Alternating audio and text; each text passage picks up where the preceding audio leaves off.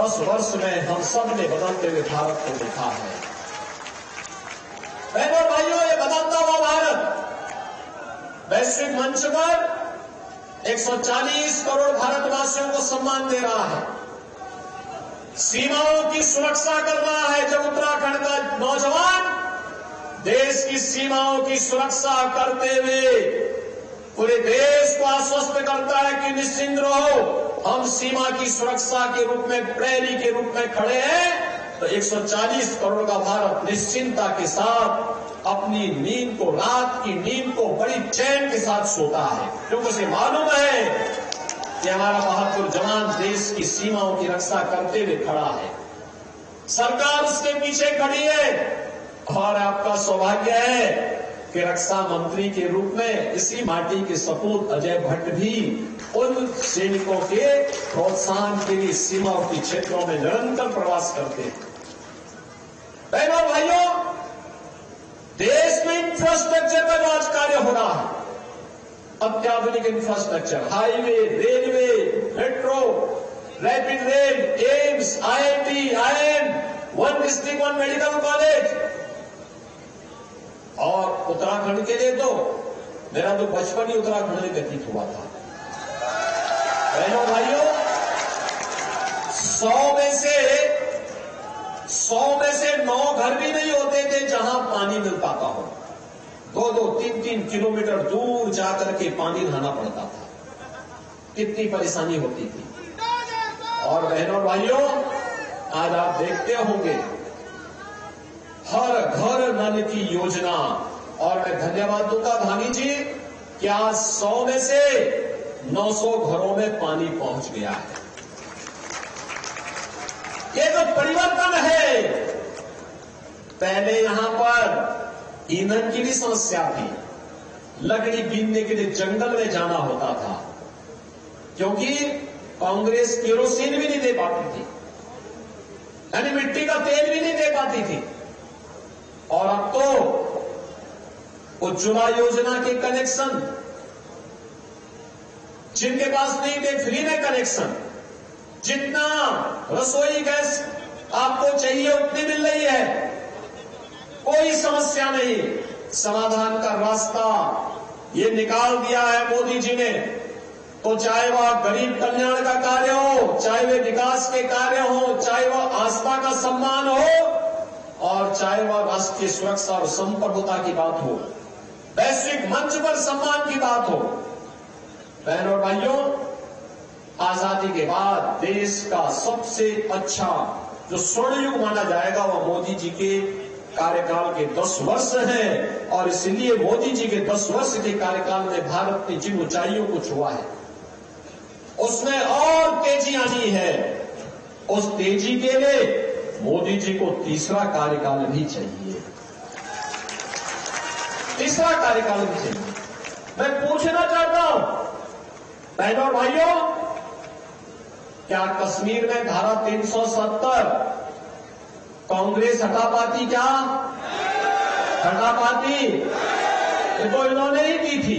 ये समस्या, ये आतंकवाद का जो जहर है, तो धारा 370 से देश के दबलियों में घुल रहा था, ये देन कांग्रेस की है, ये किसी और ने नहीं दी, ये कांग्रेस ने दी ये बीमारी। मोदी जी ने बीमारी को हमेशा के लिए समाप्त कर दिया। एक देश में 2 प्रधान, 2 विधान, 2 निशान नहीं चलेंगे, नहीं चलेगा जो आह्वान है उस बात पूरा किया है मोदी जी के नेतृत्व में भारतीय जनता पार्टी ने। बहनों भाइयों, 3 तलाक की कुप्रथा को समाप्त क्या कांग्रेस कर पाती?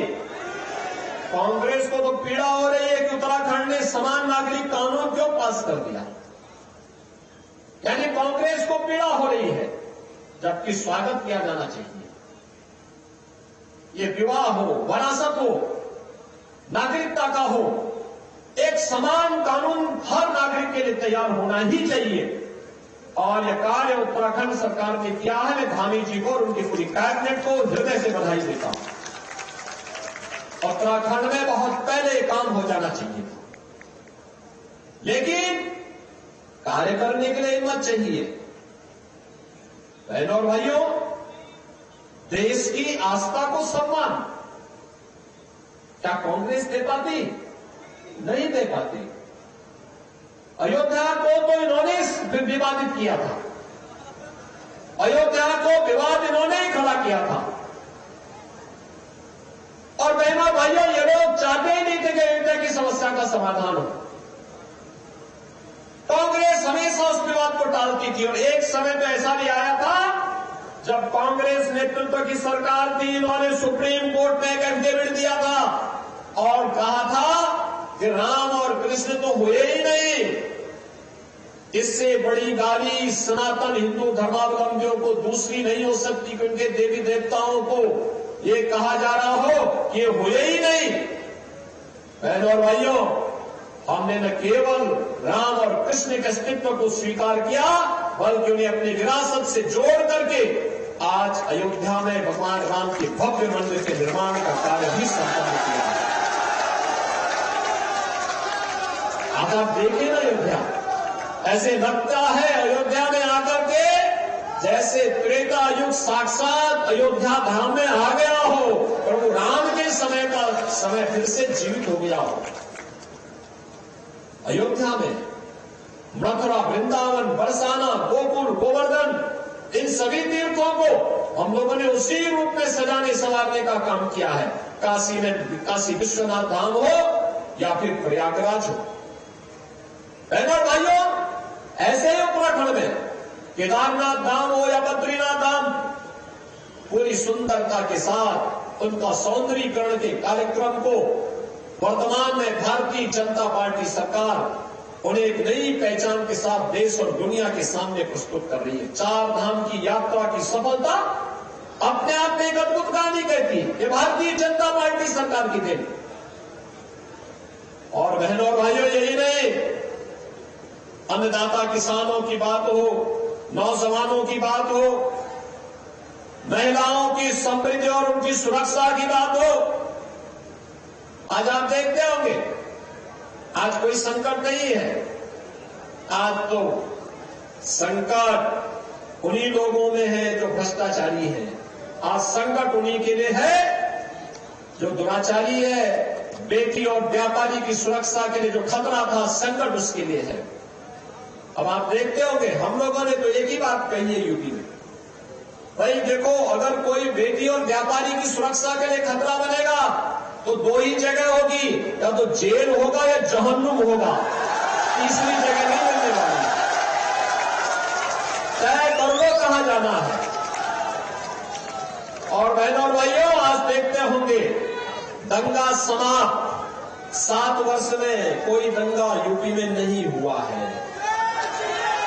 कर्फ्यू नहीं, कोई कर्फ्यू नहीं, कोई कर्फ्यू नहीं। अब तो कावड़ यात्रा धूम धड़ाके के साथ निकलती है वहां पर, हर हर बम बम के साथ। पहले बमबाजी होती थी 17 के पहले, आज बमबाजी नहीं, हर हर बम बम के उद्घोष के साथ कावड़ यात्री निकलता है।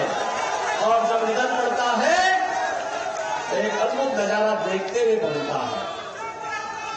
बहनों और भाइयों, इससे अच्छा हम सुरक्षा भी दे रहे हैं, समृद्धि भी ला रहे हैं, नौजवानों की आजीविका का भी सम्मान किया जा रहा है और देश की आस्था को भी सम्मान दे करके विरासत को आगे बढ़ाने का कार्य हो रहा है।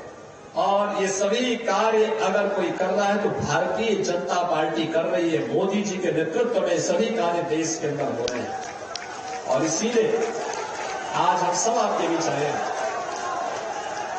उत्तराखंड प्रधानमंत्री मोदी जी की सर्वोच्च प्राथमिकता में रहा है। बहनों और भाइयों, उत्तर प्रदेश और उत्तराखंड का जो संबंध है उसको कोई अलग नहीं कर सकता। उत्तराखंड से जब नदियों का पानी आता है, उत्तर प्रदेश को उत्तम प्रदेश बनाने में सहायक होता है।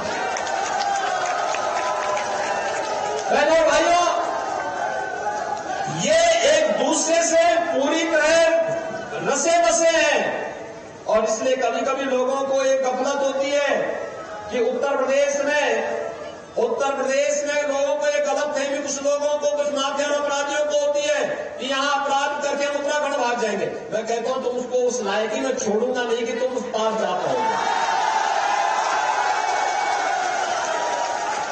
उस लायक छोड़ूंगा ही नहीं कि देवभूमि को पवित्र कर सको। और इसलिए बहनों और भाइयों लोग आए हैं, विकास और समृद्धि की नई ऊंचाइयों तक पहुंचाना है। इसके लिए मोदी जी को तीसरा कार्यकाल आवश्यक है, तीसरा कार्यकाल। और यहां पे तो देखिए धामी जी के नेतृत्व में उत्तराखंड में विकास हो रहा है। और बहनों और भाइयों, ऐसे ही अजय भट्ट जी ने केंद्र में रक्षा राज्य मंत्री के रूप में, पर्यटन विभाग के मंत्री के रूप में विकास की ढेर सारी योजनाएं उत्तराखंड को दी हैं, नैनीताल और उधमपुर को दी हैं। पूरी अच्छे ढंग से में आगे बढ़ाने के लिए उन्होंने कार्य किया और आज उसी का परिणाम है।